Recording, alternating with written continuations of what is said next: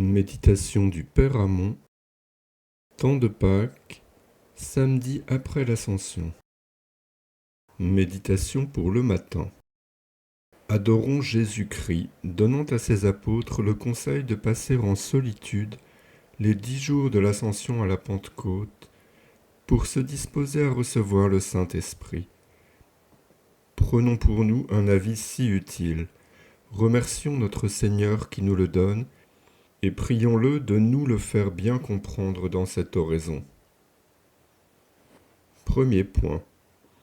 En quoi consiste la solitude préparatoire à la réception du Saint-Esprit ? Cette solitude consiste à ne pas sortir du monde et du milieu dans lequel la Providence nous a placés, mais à nous recueillir au-dedans de nous-mêmes et à nous faire au fond de l'âme une sorte de solitude intérieure où nous vivions seuls avec Dieu seul, dégagés de tout ce qui dissipe, trouble ou attache. Dans le cours ordinaire de la vie, notre âme est envahie par 1000 pensées étrangères, 1000 préoccupations ou imaginations qui rendent inhabiles à la prière, au recueillement et gênent toute action de l'Esprit Saint en nous. C'est un petit monde d'affaires, de nouvelles, souvent même de rien et de chimères. C'est un théâtre moins bruyant que le monde, mais souvent non moins tumultueux, où tous les événements passés, présents et futurs, toutes les rêveries de l'esprit et de l'imagination passent sur la scène, tantôt tour à tour, tantôt confusément. De là la dissipation dans la conduite, la distraction dans la prière, l'oubli de Dieu dans l'ensemble de la vie. De là les dérèglements de l'intérieur, l'âme tout entière désordonnée, bouleversée, absorbée par les choses extérieures et incapable de tout recueillement. La solitude dont nous parlons consiste à remédier à un état de choses si déplorable, à se séparer intérieurement de ce petit monde qui trouble et agite, à se faire au-dedans de soi un sanctuaire de Dieu où l'on vive tranquille, seul avec Dieu seul. Le petit monde des pensées et imaginations étrangères peut bien faire du bruit tout autour, mais on ne le laisse point pénétrer au-dedans. Le dedans, c'est le sanctuaire de Dieu. Ce serait le profaner que d'y laisser entrer les pensées étrangères. On y prête bien une attention modérée aux choses extérieures qui entrent dans l'ordre de nos devoirs, mais on ne s'en laisse point dominer, encore moins absorber, et on n'en demeure pas moins solitaire avec Dieu au plus intime de son intérieur. Là, on s'occupe de Dieu qu'on aime, de ses beautés et amabilités infinies.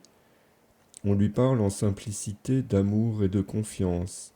On lui offre toutes ses actions, ses paroles et ses pensées. On le prie de nous envoyer son esprit adorable qui éclaire, qui touche, qui embrase. Et pour ne pas troubler ces divines opérations, on se tient en garde contre les empressements et les précipitations, contre les petites passions qui dérèglent l'intérieur, s'entretiennent avec nous et nous font perdre le temps, contre les attaches qui troublent et inquiètent, contre les désirs qui calculent d'avance les probabilités et le résultat des moyens, contre l'esprit de curiosité qui court après les nouvelles, veut savoir tout ce qui se passe, entendre tout ce qui se dit, et introduit dans l'âme sans pensées vaines et superflues, sans dessein chimérique, au grand préjudice de la paix de l'âme. L'auteur de l'Imitation résume admirablement la notion de la solitude intérieure en ce peu de paroles. Videz votre esprit et votre cœur de toutes les choses créées. Unissez-vous seul à seul avec Dieu. Ouvrez votre cœur à Jésus-Christ et fermez-le à tout le reste.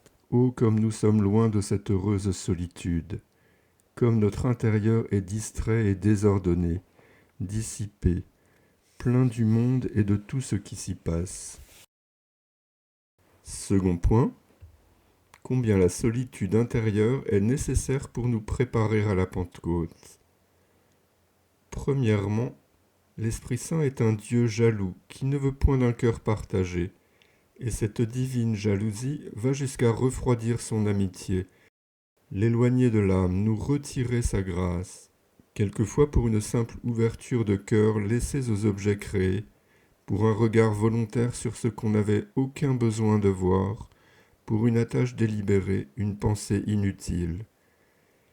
Il est vrai que Dieu, dans sa bonté, semble oublier quelquefois sa sévère jalousie, jusqu'à rappeler à lui l'âme volontairement infidèle. Mais ce sont là des exceptions sur lesquelles il ne faut pas compter. Dans le cours ordinaire, l'Esprit Saint ne se communique pleinement qu'à l'âme qui, par respect pour la délicatesse de son amour, se donnant pleinement à lui, évite de s'épancher au dehors.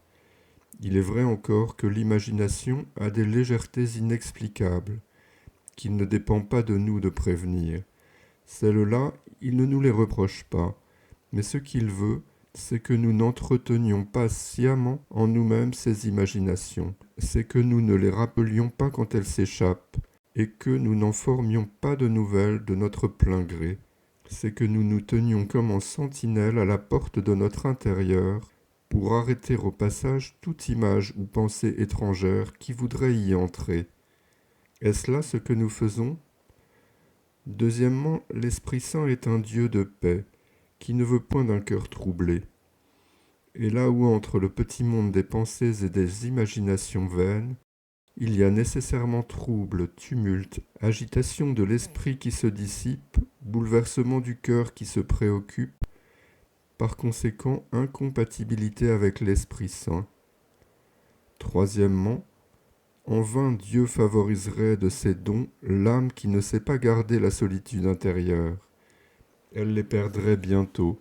Une conversation, une nouvelle, une affaire, s'en serait assez pour replonger l'esprit dans les ténèbres, le cœur dans la langueur et la dissipation. L'habitude de s'épancher au dehors ferait oublier les meilleures résolutions, dessécherait les eaux de la grâce, paralyserait les plus saintes dispositions. Et semblable à la semence jetée sur le grand chemin, les bonnes inspirations de l'Esprit Saint seraient bientôt foulées aux pieds par les 1000 pensées et imaginations qui vont et viennent dans l'âme dissipée. Résolution. Nous prendrons la résolution, premièrement, de passer toutes nos journées jusqu'à la Pentecôte dans l'esprit de recueillement et de prière. Deuxièmement, d'être très fidèles pendant tout ce temps à nos exercices de piété. Troisièmement, d'éviter tout ce qui pourrait nous dissiper, comme certaines sociétés ou conversations. Notre bouquet spirituel sera la parole venue du ciel. Rasseyez votre âme dans le recueillement de la retraite jusqu'à la descente du Saint-Esprit.